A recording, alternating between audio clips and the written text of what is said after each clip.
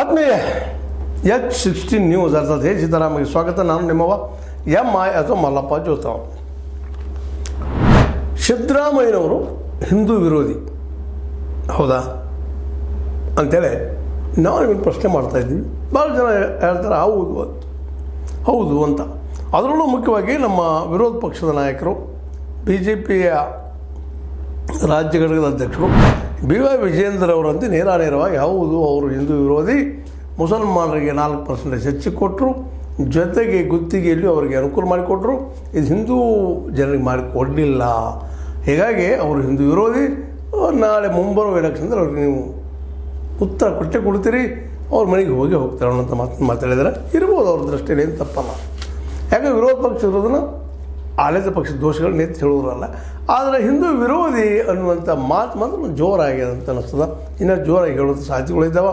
ಯಾಕಪ್ಪ ಅಂತಂದ್ರೆ ಚುನಾವಣೆ ಇನ್ನೇನು ಭಾಳ ದೂರದಲ್ಲಿ 2028 ಹಾನದ್ರಾಗ ಬರ್ತದೆ ಅಂತೇಳಿ ಎಲ್ಲರ ಅಭಿಪ್ರಾಯ ಇರಲಿ. ಈಗ ಈ ಒಂದು ಜನಾಕ್ರೋಶ ಆಲ್ರೆಡಿ ಶುರು ಮಾಡಿದ್ದಾರೆ. ಎರಡನೇ ಹಂತದ್ದು ಬೆಳಗಾವಿಯಲ್ಲಿ ಎಲ್ಲರೂ ತಮ್ಮ ಮನಸ್ಸಿದ ಮಾತುಗಳನ್ನು ಮಾತಾಡಿದ್ದಾರೆ. ಕಾಂಗ್ರೆಸ್ ಸರ್ಕಾರ ಹೋಗ್ತದೆ, ಭ್ರಷ್ಟ ಸರ್ಕಾರದ ಪ್ರತಿಯೊಂದರಲ್ಲೂ 60% ಹೋದಪ್ಪ ಇದು ಗುತ್ತಿಗೆಯಲ್ಲಿ ಅಂತೇಳಿ ಮಾತಾಡ್ತಾ ಇದ್ದಾರೆ. ಇವೆಲ್ಲರೂ ಅವ್ರವ್ರ ದೃಷ್ಟಿಯಲ್ಲಿ ಭಾಳ ಸತ್ಯ ಅಂತ ನಾವು ಅಂದ್ಕೊಳ್ಳೋಣ. ಆದರೆ ಇನ್ನೊಂದು ಮಾತು ನಾವು ಇಲ್ಲಿ ಗಮನಿಸಬೇಕಾಗಿದೆ ಏನಪ್ಪ ಅಂತಂದ್ರೆ, ಈ ಯಾತ್ರೆಯಲ್ಲಿ ಅನೇಕ ಸೀನಿಯರ್ಸ್ BJP ಸೀನಿಯರ್ ಲೀಡರ್ಗಳು ಭಾಗವಹಿಸಿದ್ದಾರೆ. ಬೆಳಗಾವಿಯಲ್ಲೇ ಬಂದು ಅವ್ರಿಗೆ ತಮ್ಮ ಮನಸ್ಸಿದ ಎಲ್ಲ ಮಾತುಗಳನ್ನು ಮಾತಾಡ್ತಾ ಇದ್ದಾರೆ.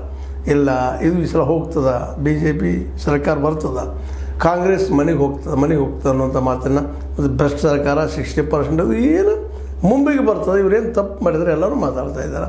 ಮತ್ತು ಭ್ರಷ್ಟಾಚಾರದ ಬಗ್ಗೆ ಅಂತ ಇವರು ಹೇಳೋಷ್ಟಲ್ಲದೆ ಹೋದರು ಇದ್ದಿದ್ದೇನು ಸುಳ್ಳಲ್ಲ ಅನ್ನೋ ಸಹಿತ ಈಗಾಗಲೇ ಬಸವರಾಜ ರಾಯರೆಡ್ಡಿ ಅವರು ಸಹಿತ ಒಪ್ಕೊಂಡಿದ್ದಾರೆ.